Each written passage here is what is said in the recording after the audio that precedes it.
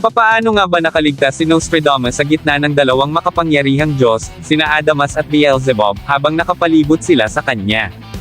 Iyan ang tanong na hanggang ngayon ay hindi pa rin lubos na maintindihan ng marami.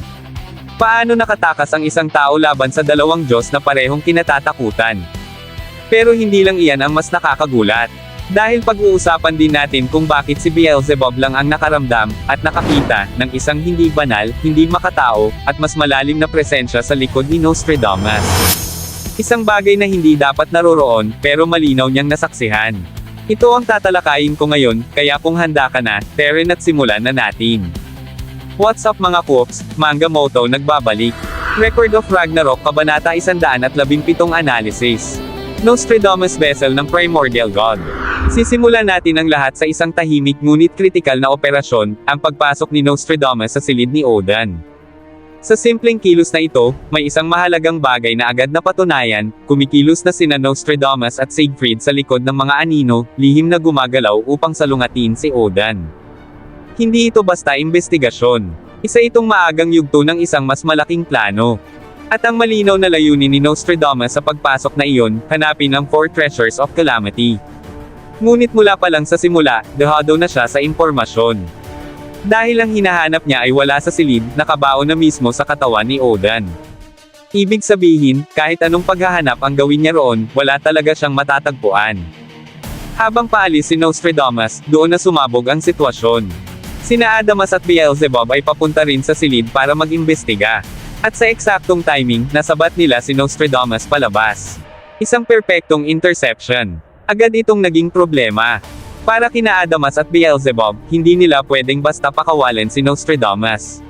Hindi malinaw kung kakampi ba siya ni Odin o may sariling agenda. Kung makakatakas siya, posibleng mabunyag ang kanilang lihim na pagmamanman. Para kay Adamas, diretso ang solusyon, tanggalin ang banta. Pero si Beelzebub, mas mapanuri. Ramdam niyang may kapareho silang hinahanap ni Nostradamus, ang tunay na motibo ni Odin. Sa madaling salita, posibleng pareho sila ng kalaban, pero wala silang tiwala sa isa't isa. At dahil hindi sumasagot si Nostradamus, tuluyan siyang hinaranggan mula sa magkabilang panig. Isang textbook pincer trap, walang malinaw na escape route. Naglabas si Beelzebub ng mabigat na aura, indikasyon na hindi ito simpleng pagtatanong. Isa itong ultimatum. Dito naman pumasok ang isang kritikal na detalye. Napansin ni Adamas ang amoy ng Helheim kay Nostradamus. Hindi dahil bumabalik-balik si Adamas doon, kundi dahil doon siya mismo nakatira. Kaya kabisado niya ang presensya at amoy ng Helheim. At ang amoy na iyon, malinaw niyang naramdaman kay Nostradamus, na siyang madalas bumalik sa Helheim para gamutin ang mga sugat ni Siegfried. Ibig sabihin, kahit anong pagtatago ang gawin ni Nostradamus, hindi siya makakalusot sa pangamoy ni Adamas. Isang malaking disadvantage. Kaya sa puntong sasalakayin na siya, hindi lakas ang ginamit ni Nostradamus, kundi diskarte. Agad siyang nagpakawala ng makapal na usok mula sa magkabilang kamay. Hindi ito basta pangtakip lang. Ito ay isang calculated countermeasure. Unang epekto, winasak nito ang visibility sa paligid. Pero mas mahalaga, sinira nito ang sensory tracking ni Adamas, lalo na ang kanyang pangamoy. Sa isang iglap, nawala ang pinaka-asset ni Adamas. Pero hindi doon nagtapos ang plano.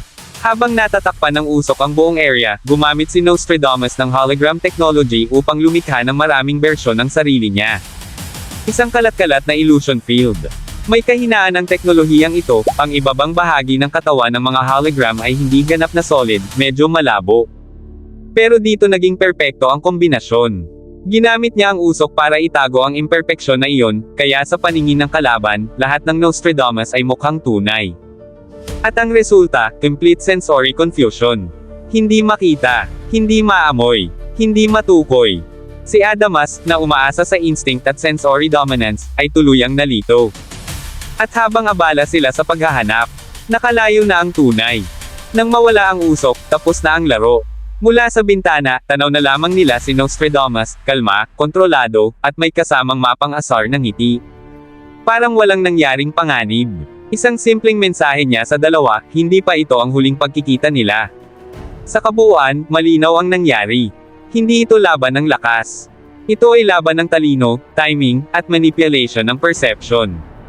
At sa laban na iyon, nilinlang ni Nostradamus ang dalawang makapangyarihang Diyos, at umalis na parang wala lang.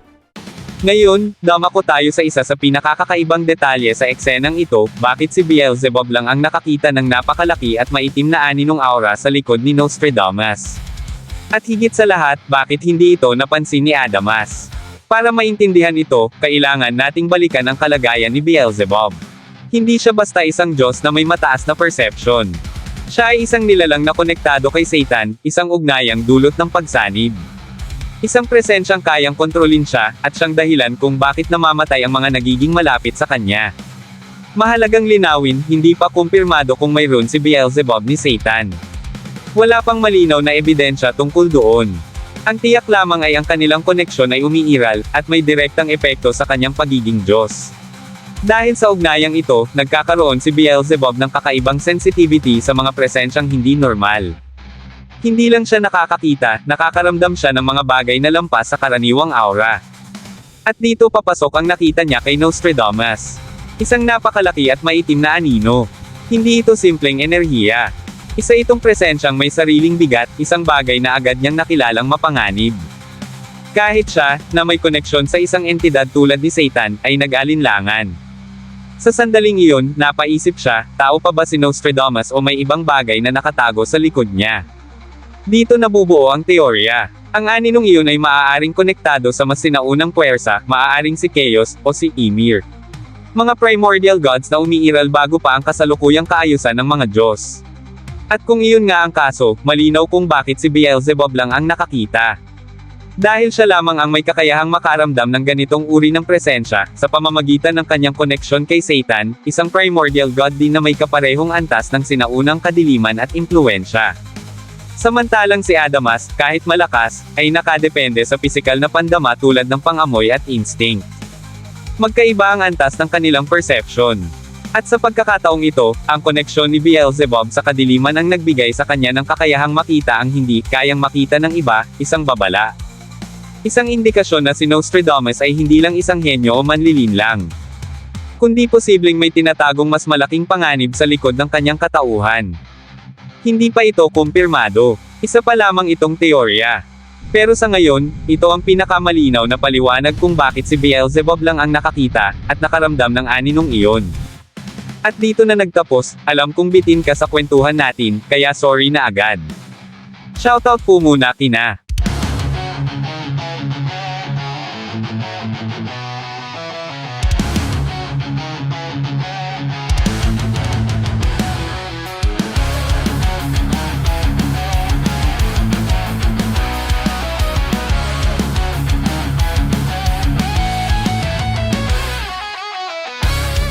ang bandera sa sigaw ng laban.